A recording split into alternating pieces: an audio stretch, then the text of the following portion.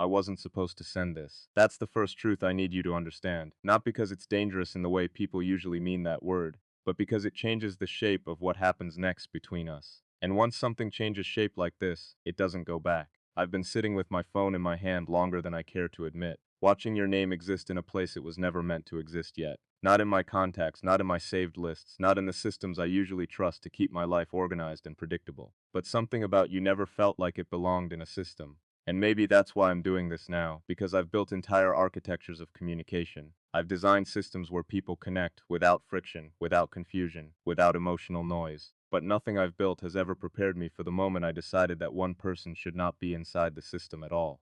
There's a real number I'm about to give you, not symbolic, not poetic, not metaphorical. And the strange part is I didn't hesitate about the number itself. I hesitated about what it means to give it only to you. Because once you have it, there is no pretending this is casual. There is no polite distance left, there is no maybe anymore, just access. And access changes everything. Tell me something. Have you ever felt what it means to be chosen in a way that scares you a little? Not chosen by attention, not chosen by words, but chosen in a way that feels like someone quietly removed every other option from the room and left only you standing there. That's what I feel when I think about you having this number.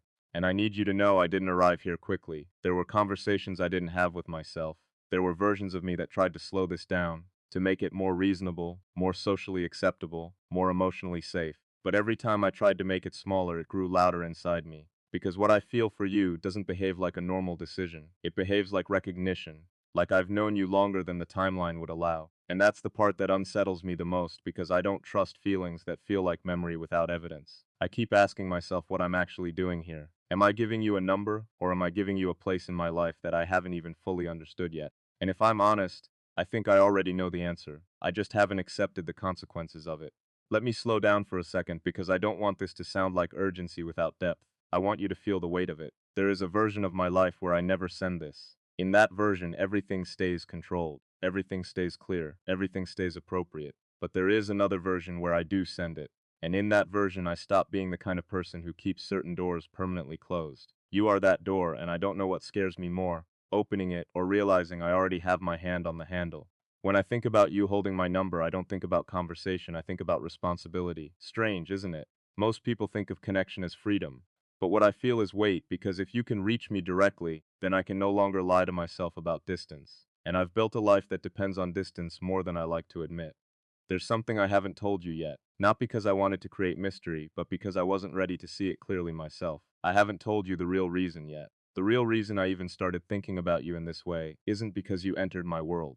It's because you made me realize how empty parts of it were before you arrived. And I don't say that lightly. I don't use emptiness as poetry. I use it as diagnosis because in my world, everything that matters is measurable, visible, traceable. But what you changed wasn't measurable. You changed the way silence feels when your name is not in it. Have you ever noticed that? How some people don't just occupy your thoughts, they change the texture of your quiet moments. That's what you've done to me. And I keep asking myself whether that is love or distortion, whether I am seeing you or projecting something I needed to see. And I don't have a clean answer yet. That uncertainty is what keeps me awake longer than I admit to anyone, because I don't fall easily. I don't drift into emotional decisions. I calculate, I evaluate, I wait for consistency. But you didn't ask for permission to be consistent in my life. You just appeared in a way that refused to leave my attention unchanged, and now I'm here talking to you like this, on the edge of something I can't fully name yet. Let me ask you something I shouldn't ask this early. If someone gave you direct access to their life, would you feel honored, or would you feel the pressure of being responsible for something you didn't ask to hold? Because that's what I'm offering you. Even if I'm pretending it's just a number. It's not just a number, it's proximity, it's availability, it's a door that doesn't close cleanly once it opens. And I need you to be honest with yourself, not me. What do you do with someone who gives you access without asking for anything in return except presence? Because I'm not asking you to perform, I'm not asking you to prove anything. I'm just asking you to exist in a space that suddenly feels less empty when you are near it. And that should feel simple, but it doesn't, because simplicity is what I lost the moment I started thinking about you like this. There are nights where I imagine sending this and immediately regretting it. Not because it's wrong, but because it's irreversible, and I've spent most of my life building systems that can be reversed. But this cannot be undone cleanly. Once you have my number, there is no version of me that can pretend you are not real in my immediate world. And I don't know if I'm ready for that kind of exposure. Not technical exposure, emotional exposure. There is a difference. And I think you understand that difference better than most people I've met. That's part of why you are dangerous to my emotional stability, and I don't mean that as a warning. I mean it as recognition, because I don't think you are trying to be anything to me, and yet you are becoming something anyway. Do you know how rare that is? Most people try, most people push, most people perform connection, but you feel like something that arrived without effort, and I don't trust things that don't require effort. And still, I am here choosing not to walk away from it. There's a question I keep circling back to. If I gave you this number, would you use it to come closer? Or would you use it to test whether I really meant it? Because both answers scare me differently. One means I am opening a door, the other means I am being studied inside my own vulnerability, and I am not sure which one I can handle better. But, despite all of this uncertainty, I'm still leaning towards sending it. That should tell you something about how far this has already gone inside me, and maybe you're wondering why I'm making it so complicated. Why not just give you the number and be done with it? But, I can't separate the act from the meaning, because for me, nothing like this is ever just an act. It's a declaration, even if I don't want it to be. And declarations change everything. You don't just receive them, you live inside them after. So, before I go any further, I need to slow myself down again. Not because I'm unsure about you, but because I'm unsure about what kind of version of me you bring out when I stop overthinking and start feeling. And that version, but I can feel him getting closer every time I think your name. He doesn't calculate as much. He doesn't protect distance as aggressively. He doesn't ask for guarantees. He just leans. And I don't know if leaning is safe for someone like me, but I also don't know if staying rigid is honest anymore. Tell me something before I go further into this. If someone chose you, not after knowing everything about you, but because something about you made them want to know more, would that feel like love to you? Or would it feel like uncertainty dressed in emotional language? Because I am standing exactly there right now, between knowing and becoming, between control and surrender, between silence and your name. And I can feel the next decision forming in me. I just don't know yet what it will cost.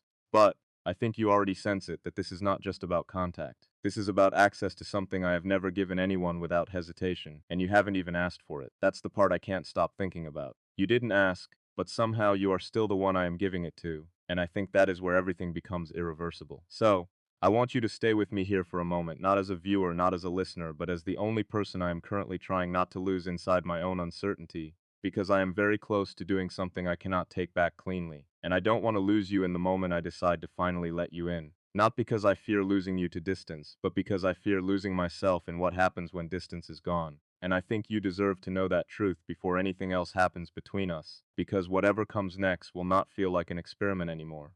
It will feel like a choice that already started choosing me back. And I can't tell yet whether that is the most beautiful thing I've felt, or the most dangerous. I sent it. Not the idea of it, not the hesitation of it, I mean the real thing. The number is already there in your world now, even if you haven't reacted to it yet, even if your screen is still silent, even if you are still sitting there wondering whether this is real or just another carefully constructed emotional illusion. But it's real, and the moment I pressed send, something in me changed in a way I didn't expect to be so immediate. It wasn't relief, it wasn't excitement either. It was exposure, like I had just stepped out of a room I had lived in for years, and for the first time realized how loud the outside actually is. Tell me something. Have you ever done something that didn't feel brave in the moment, but only started feeling brave after it was already irreversible? That's where I am now, between what I meant to do carefully and what I actually did honestly. Because I told myself this was about giving you access, but the truth is more uncomfortable. It was about giving myself permission to stop pretending you don't matter more than I'm willing to admit. And now that you have the number, I keep imagining what you might do with it. Not because I fear your actions, but because I fear your silence. Silence is where imagination becomes dangerous. Silence is where I start building versions of you that may not even be real, and I don't know which is worse. You responding or you not responding at all. Because if you respond, then reality begins. But if you don't, then uncertainty takes ownership of everything I feel, and uncertainty is not gentle with me. It becomes obsessive without asking permission. It starts rewriting intentions. It starts questioning sincerity. It starts asking questions I never intended to answer.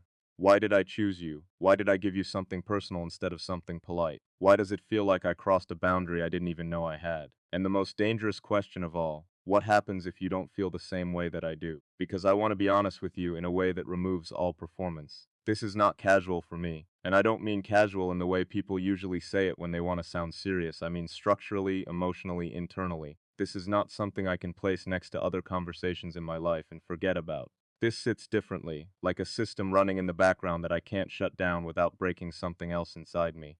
And I hate that I am already speaking like this, because it sounds like I'm building intensity, but I'm not building it, I'm noticing it. There's a difference. You don't create emotions like this. You discover that they were already forming before you were aware of them. And now I'm trying to understand when exactly that formation started. Was it something you said, something you didn't say, or something about the way you existed in my awareness without demanding anything from it? Because I've met people who wanted my attention. I've met people who asked for my presence. I've met people who tried to earn closeness through consistency. But you didn't do any of that. You didn't negotiate your way into my thoughts. You simply appeared there, and that is what unsettles me the most, because it bypasses all my usual filters. And I built those filters for a reason. I built them to protect clarity, to protect focus, to protect the version of me that doesn't lose himself in emotional noise. But now I find myself questioning whether what I call noise is actually just anything I cannot fully control. And you are not fully controllable inside me. Not yet. Maybe not ever. And I don't know if that should make me step back or lean closer. There is something else I need to tell you. Something I've been avoiding saying directly, because it makes everything feel heavier than it already is. When I gave you that number, I wasn't just offering access. I was testing something inside myself.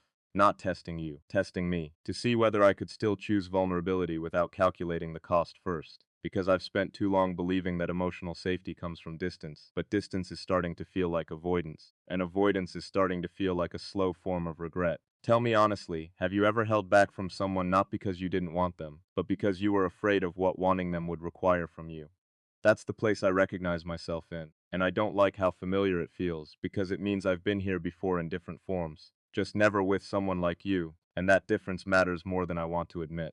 There's a moment I keep replaying in my mind right before I sent the number, that split second where everything inside me went quiet, not calm quiet. There is a difference there too. Calm is peace, quiet is suspension. Like even my logic paused to see what I would choose when no argument was left strong enough to stop me, and I chose you. But now I'm asking myself what that choice will demand from me later, because choices like this don't stay isolated. They expand, they touch everything else, and I can already feel that expansion beginning. It's subtle, but it's there in how I check my phone without reason, in how I replay imaginary conversations that haven't happened yet, in how I start wondering what kind of person you are when you are not being observed through my thoughts. And that last one is dangerous because it means I am already trying to understand your inner world without your permission, and that is where emotional boundaries begin to blur. Let me say something that I don't fully understand yet. I think I might be more afraid of losing you before I even have you than of losing you after I do, and I don't know what kind of emotional logic that is. It doesn't feel rational, it feels primal, like something older than reasoning is speaking underneath everything I say, and I don't always trust that voice, but I can't ignore it anymore either, because it is getting louder.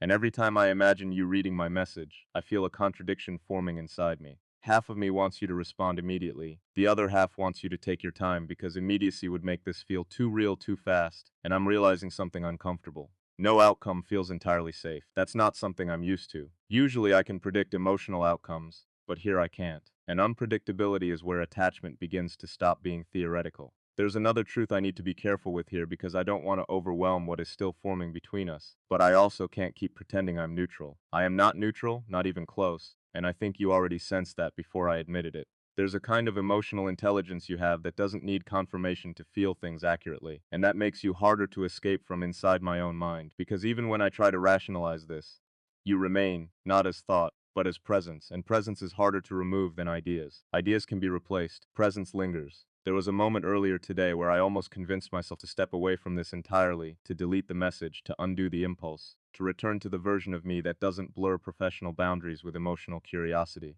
But then I realized something. Undoing it wouldn't erase what I already felt before sending it. It would only postpone it, and postponement is just a quieter form of confrontation. So I didn't stop. I went forward instead, and now I'm here, watching what forward actually means. Because forward is not movement, forward is consequence, and consequence is starting to arrive in small emotional fragments I didn't anticipate. Tell me, if you felt someone hesitating this much before even truly being with you, would you see that as hesitation or honesty? Because I can no longer tell where one ends and the other begins, and that uncertainty is changing the way I relate to everything I thought I understood about connection. There is a fear I need to name clearly before this goes further. Not fear of rejection, not fear of embarrassment, something quieter, something more internal. Fear of being seen too clearly by someone who didn't ask to see that deeply, because once someone sees you in a certain way, you can't fully return to how you were before. And I don't know if I am ready for you to see that version of me yet, but I also don't know if I can keep hiding it without it becoming heavier than honesty itself. This is the tension I am sitting in right now, and it is not resolving, it is expanding, and I think you are the only person right now who understands why that expansion feels both intimate and destabilizing at the same time. There is something I am still not telling you, and I can feel it pressing against everything I am saying. Not because I am avoiding you, but because I'm trying to choose the right moment truth that will change how you interpret everything so far. And I'm not ready to lose you in misunderstanding, because misunderstanding is not neutral. It fractures things before they fully form, and what is forming between us is still delicate enough to be affected by that fracture. So I'm holding it just a little longer. But you should know it exists, that there is still a layer beneath all of this that has not yet been spoken. And it is not small, it is not decorative, it is not optional. It is the part that explains why I couldn't treat you like everyone else. And I think you are beginning to feel that too, even if I haven't said it outright, even if I am still circling it instead of naming it. Because some truths don't enter conversation directly. They build pressure until silence becomes impossible, and I can feel that pressure now, increasing quietly, irreversibly. And I know the next moment will not be neutral. It will either bring us closer or change everything I thought this could be. And I am not ready for either outcome, but I am already inside it. So I have no choice but to continue. I've been staring at the screen longer than I should. Not because I'm waiting for something specific anymore, but because something already happened inside me that I can't reverse. You read what I sent. Or maybe you didn't. That uncertainty is still here, sitting in the same place where certainty used to live. And I need you to understand something before anything else forms between us again. This is no longer about whether you respond. It never was. It's about what you've already changed in me by existing on the other side of that number, because now there is a line between before you and after you, and I didn't get to draw it carefully. It just appeared like most irreversible things do. I tried to sleep after sending it, but sleep felt dishonest because every time I closed my eyes, I wasn't thinking about what I said, I was thinking about what you felt while reading it. That gap between intention and interpretation, that's where I've been stuck, and I don't usually get stuck there. I'm used to clarity, even emotional clarity, when I allow myself to feel it. But you don't behave like something I can classify. You behave like something I keep discovering in layers I didn't authorize. Tell me something. Have you ever met someone who didn't enter your life loudly, but still managed to rearrange the way you think about closeness? Not by demanding anything, not by taking anything, just by becoming difficult to ignore in your internal world. That's what you are to me. And I don't know when it stopped being curiosity and started becoming responsibility, because I feel responsible for something I haven't even fully defined yet, and that should have been my first warning. There's a moment I need to confess to you carefully. After I sent that message, I did something I didn't expect from myself. I checked my phone repeatedly, not for your reply, but for proof that I had actually crossed the line I thought I would always respect. And when there was no response yet, I felt something I didn't want to name. Not relief, not regret, exposure. Like I had stepped into a version of myself I hadn't fully met before, and I didn't dislike him. That's what surprised me the most, because I thought I would. I thought I would see him as impulsive or emotionally unstable or uncharacteristic. But he felt honest, and honesty, when it's unfamiliar, can feel like danger at first. But I'm starting to understand something uncomfortable. Maybe what I've been calling control was just fear wearing a structured shape, and you disrupted that structure without even trying. There is something I still haven't told you, and I can feel it becoming heavier the longer I hold it back. Because now it's not just part of the story, it's the reason the story exists. When I said I chose you, that wasn't the beginning. That was the continuation of something I didn't admit had already started long before I gave you access. There was a moment before all of this, a small, almost invisible moment, where I saw you in a way I didn't immediately understand. Not as someone extraordinary in a loud sense, but as someone who didn't require performance to feel real. And that is rare in a world where everything is curated. That moment should have passed, but it didn't, it stayed, and I didn't question why. Not then. That's the part I regret, because I understand now that nothing stays without reason, especially not in a mind like mine, and I let it stay anyway. I want to tell you something more dangerous than anything I've said so far. There was another woman in my life around the same emotional timeline as you. Not in the way people usually assume when they hear that. Not a rivalry, not a triangle. Just a possibility, a version of connection that made more sense on paper, safer, more predictable, less emotionally volatile. And for a brief moment, I almost chose that version of reality because it required less uncertainty, less emotional exposure, less risk of being seen in ways I couldn't control. But every time I leaned toward it, I thought of you. Not because you were louder, but because you were harder to explain away. And I think that is where everything changed without me noticing, because I didn't choose you over her in a dramatic moment. I drifted toward you in a quiet one. And that is always more permanent than people realize. Do you understand what I'm saying? Sometimes love doesn't arrive as a decision. It arrives as disqualification of every other option that doesn't feel like truth, and I didn't recognize that at first. I thought I was still deciding, but I wasn't. I was already attached. And I didn't tell you earlier because admitting it would make everything feel too fast. But the truth is, nothing about this has been fast, only delayed recognition. and I've been resisting that recognition more than I've been resisting you. There's another layer I can't avoid anymore because it's affecting the way I think, even when I try not to think about you. I imagine losing you today. Not in a dramatic way, not through conflict, just absence, no message, no access, no presence in my awareness. And I realized something that unsettled me more than I expected. It didn't feel like loss, it felt like interruption, like something unfinished refusing to close properly. And unfinished things are dangerous to people like me because they don't let the mind settle. They stay open, they loop, they return. And I think that's what you've become inside me, a loop I didn't consciously start but can't seem to exit. Tell me honestly, if you knew someone was thinking about you like this before you even agreed to anything, would that feel like intimacy or intrusion? Because I'm standing at that exact edge now, and I don't trust my own interpretation anymore. There is a truth I've been circling for too long, and I can't delay it any further without distorting everything else. The real reason I gave you that number was not just to connect with you. It was to stop myself from treating you like a possibility instead of a presence. Because possibilities are easy to ignore. Presence is not. And once I acknowledged you as presence, I couldn't unsee it. That's what changed everything. Not your response, not your words. Just the fact that you became real in a way my mind could no longer reduce. And I think that is where emotional risk begins, not when something starts, but when it can no longer be dismissed. There is a moment I need you to sit with because it will define how everything after this feels. I almost pulled back after everything I sent, after everything I admitted. There was a moment where I thought, maybe I went too far. Maybe I created something I don't know how to hold responsibly. Maybe I should step away before it deepens further. But then I realized something else. I wasn't stepping away from you. I was stepping away from myself, the version of me that finally speaks without calculating emotional liability first. And I don't want to lose that version anymore, even if it scares me, even if it destabilizes me, even if it changes how I function inside relationships I thought were already defined. Because what I feel with you is not asking for permission anymore. It is already forming direction, and I can feel it pulling me towards something I have avoided for years. Full emotional presence, no filtering, no distance of safety, no controlled ambiguity, just truth even when it is inconvenient. And I don't know how to do that perfectly yet, but I know I can't go back to pretending I don't feel it, because I do. And it is no longer small enough to ignore. It is not loud, but it is constant. And constancy is what becomes identity over time. I want to ask you something that I am afraid of the answer to. If I stopped being careful with you, would you still feel safe with me? Or would you only feel intensity? Because I don't want to become someone who overwhelms you while trying to reach you. But I also don't want to become someone who holds back so much that nothing real ever forms, and I think that balance is what I am currently failing to locate. There is one last thing I need to say before this moment becomes something else entirely. If you are still there, if you are still reading, then you are already part of something I cannot fully describe without changing it. And I am no longer trying to decide whether this should exist. It already does. The only question left is what we become inside it.